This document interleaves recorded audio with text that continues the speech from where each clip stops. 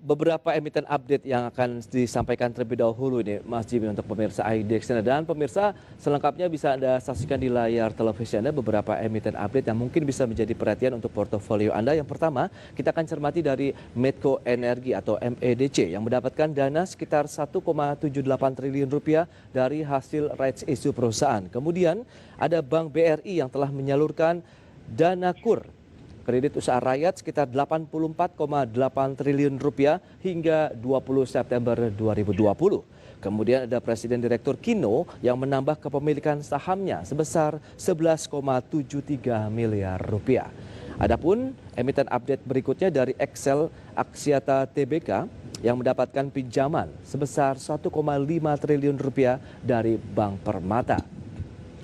Ya, lanjut kita akan cermati secara fundamental. Kita akan fokus pada PT Excel Aksiata Tbk dengan kode sahamnya EXCL. Bisa Anda saksikan kembali di layar televisi Anda, di mana Excel yang sudah mendapatkan dana segar ataupun pinjaman sekitar 1,5 triliun dari Bank Permata.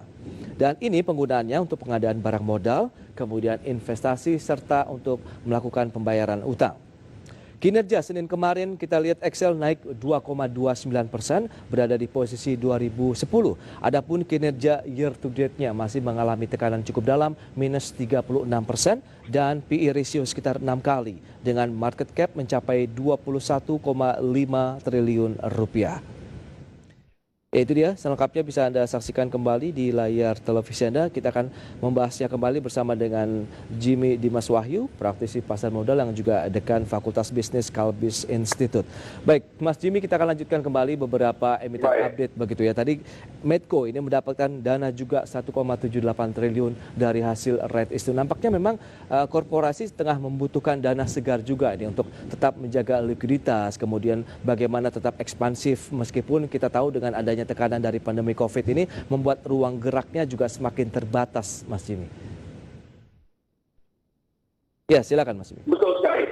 Jadi memang ya setelah corporate action, right issue itu di mata investor cenderung memberikan sentimen yang negatif ya. Okay. Hal ini berbeda dengan kalau misalnya emiten tersebut melakukan stock split seperti itu. Baik. Nah, kemudian yang kedua, betul seperti yang disampaikan tadi bahwa di tengah masa pandemi ini permintaan cenderung mengalami pelemahan, dan ini juga terbukti kalau kita lihat Medco ini kan erat kaitannya dengan komoditi minyak seperti itu karena berkaitan dengan bisnis yang dilakukan. Jadi tentunya di tengah-tengah masa pandemi ini menurut saya memang salah satu action yang dilakukan oleh Medco untuk tetap ekspansi seperti itu ya, issue memang relatif cukup bagus seperti itu. Namun di mata jangan lupa di mata investor seperti yang tadi saya sampaikan ya, tentu ekspansi ini akan direspon positif setelah beberapa waktu.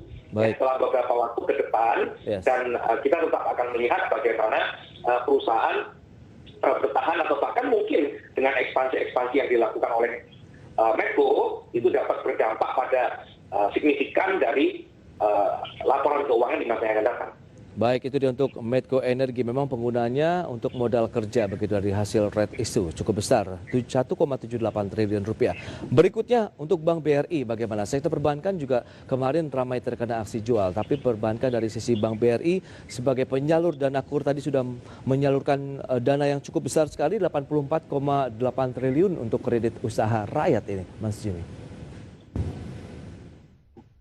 Dan penyaluran ini juga saya melihat kan termasuk juga dari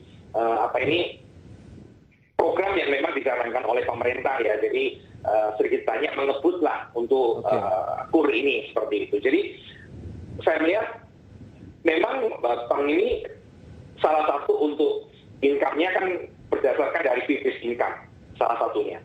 Nah yang kedua yang di sini yang saya mau sampaikan yaitu adalah di tengah masa pandemi ini dan untuk menggairahkan perekonomian, maka kita harapkan dengan adanya insentif-insentif seperti itu kredit yang sudah diwacanakan oleh pemerintah, saya harap ini juga menjadi satu sentimen positif ya untuk perekonomian kita Indonesia.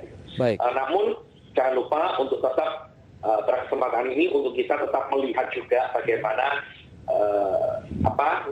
rasio non performing loan ya, karena bagaimanapun ketika iya betul, karena ketika kredit ini April ini disampaikan gitu ya kepada masyarakat atau disalurkan kepada masyarakat, ya tentunya juga harus mempertimbangkan risiko NPL tersebut menurut saya. Betul. Dan rekomendasi yang bisa Anda berikan untuk Medco Energi, kemudian dari sektor perbankan Bank BRI pada saat opening market ataupun di sepanjang perdagangan hari ini, bagaimana Mas Jimmy? Apakah kita bisa mengambil posisi beli atau sebaiknya tunggu dulu? Oke, untuk Medco saya menyarankan untuk menunggu terlebih dahulu, seperti itu, ya karena saya melihat juga tanda-tandanya kurang begitu baik untuk sementara ini. Saya akan melihat secara pergerakan sahamnya ya, seperti itu. Dan kemudian minyak baru mengalami rebound kemarin, seperti itu. Sehingga saya melihat kalaupun hari ini Medco mengalami kenaikan, cenderung terjadi technical rebound saja. Baik. Kemudian kalau misalnya kita bicara tentang Bank BRI, nah kalau untuk Bank BRI kita baik secara jangka panjang maupun jangka pendek, ya tentu sangat saya rekomendasikan, ya khususnya jangka panjang seperti itu. Karena menurut saya Bank BRI juga relatif masih under value ya. Namun secara pergerakan teknikal ada kecenderungan untuk saham Bank BRI ini kembali mengalami peningkatan setelah sempat ada isu yang Vincent itu di dalam sektor keuangan. Jadi menurut saya sudah relatif cukup bottom seharusnya. Baik, berarti sudah bottom lah, ibaratnya harganya dari sisi valuasi pun bisa dikatakan murah begitu untuk Bank BRI saat ini begitu ya, Mas? Betul sekali. Oke, bisa menjadi pilihan investasi untuk jangka menengah panjang ya kalau kita bicara mengenai sektor perbankan. Pendek sampai dengan panjang, jadi untuk trading pun juga, jangka pendek pun juga saya menyarankan. Oke, kalau Excel bagaimana? Tadi sudah mendapatkan dana pinjaman 1,5 triliun dari Bank Permata dengan kinerja year to date-nya masih minus 36%. Oke, nah untuk Excel ya, untuk Excel saya masih menyarankan untuk wait and see terlebih dahulu. Masih wait and see. Seperti itu. Memang ada peluang tanda-tanda untuk mengalami kenaikan. Baik. Ya, namun saat ini saya melihat tidak hanya secara saham ya, namun juga secara sektornya. Ya, nampaknya untuk industri telekomunikasi saat ini sahamnya masih sedang dalam kondisi tertekan seperti itu. Baik, itu dia. Berarti masih wait and see untuk Excel Axiata ya? Betul. Baik, Mas Jimmy, kita akan jeda dulu sebentar dan pemirsa di segmen berikutnya kita akan informasi menarik lainnya. Kami akan segera kembali.